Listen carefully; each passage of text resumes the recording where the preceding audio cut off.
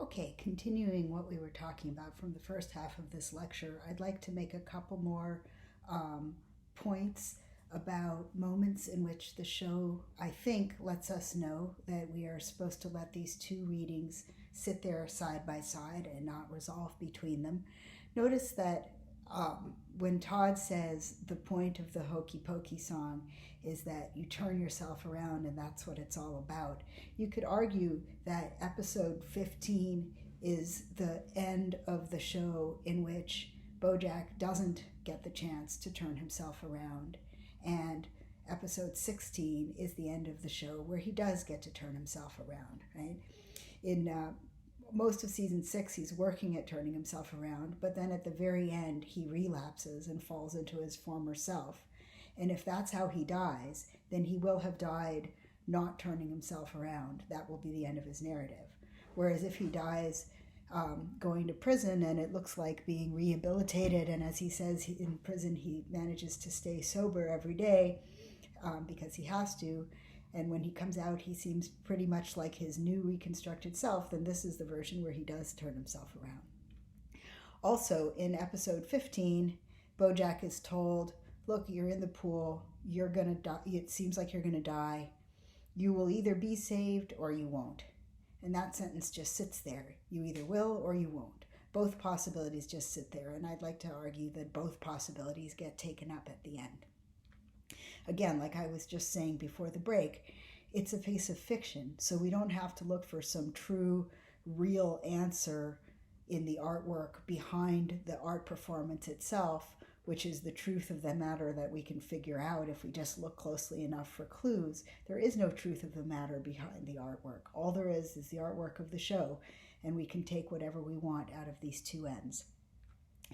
The last thing I want to talk about is his final conversation with Diane. Remember, I talked about this a lot in the last lecture. In episode 15, Bojack, when he's trying not to die, says, oh, I got out of the pool and I called Diane, so I have to be okay. If I can just finish the conversation, I'll be okay. He seems to believe that his survival depends on whether he can finish the conversation with Diane. And I pointed out that in episode 15, he doesn't finish the conversation with her. But she also does stay on the line with him, so that conversation hangs there suspended. It's never finished, but it isn't completed, but it also isn't terminated.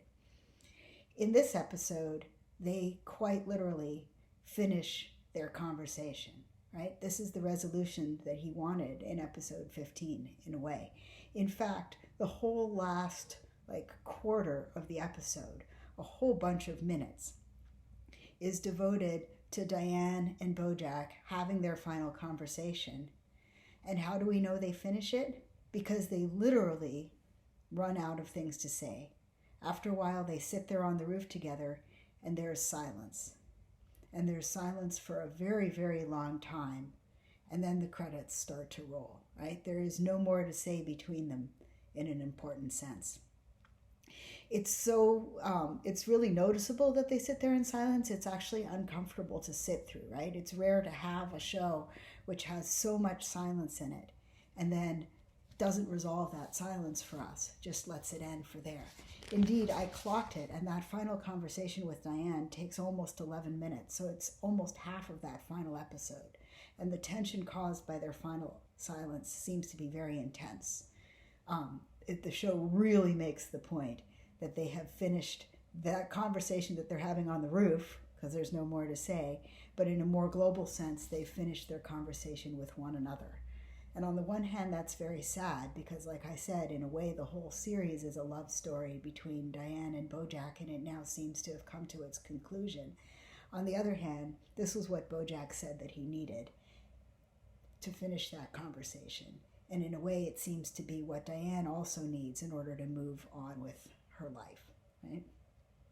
Bojack says, what are you going to do? Life's a bitch and then you die. And Diane says, sometimes life's a bitch and then you keep living. This is almost the last exchange of the entire show, right? It's right before the end. In a way, they just articulated the two possible endings that I've been pushing for, right? One ending is life's a bitch and then you die. That's the episode 15 version. And then another ending is life's a bitch and then you keep living. That's the episode 16 version. And that's almost the last thing we get, is those two possibilities just sitting there next to each other. The only thing that gets said after that is, nice night, huh? This is nice. And then they sit there in silence. What are we to make of this episode as a whole? In other words, what does this second and final ending tell us? Most of the characters in this episode do have surprisingly happy endings, right? Relationships are healed, self-understandings are obtained, fantasies are fulfilled. Even Bojack seems like he's going to be okay. His career is rekindled and he seems to be surviving prison and having gotten a new start on sobriety. So is that it? Is this a show that was very dark the whole way through that just happens to have a really happy ending? I think that in order to assess why we get this happy ending, it's important to remember horsing around. We're told several times that the end of horsing around, which was Bojack's character, the horse, dying, was too dark, right? Bojack says this. He says, the show went too dark at the end. And this seems to be a self-referential moment of a kind. Bojack Horseman, the show, is also too dark if we just end it with episode 15. So we're not going to make the mistake that Horsing Around made. We're going to give it another ending that is not so dark. So again, are all the characters just fine once we get our happy ending? I want to suggest that nothing is settled. We just have to cope with both endings, the dark ending and the happy ending. And they just are going to sit there next to one another, and we will take out of it, as Todd says, whatever we can take out of it.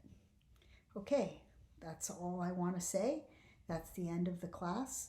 Good luck finishing your final projects. I hope that you've enjoyed this class. I know it's been incredibly fun for me to put it together, and I'm super excited to read what you have to say about this ending. I'm super excited to read your final projects, which I know are going to be really creative and fun, and I look forward to winding things up with you folks. Take care. Bye.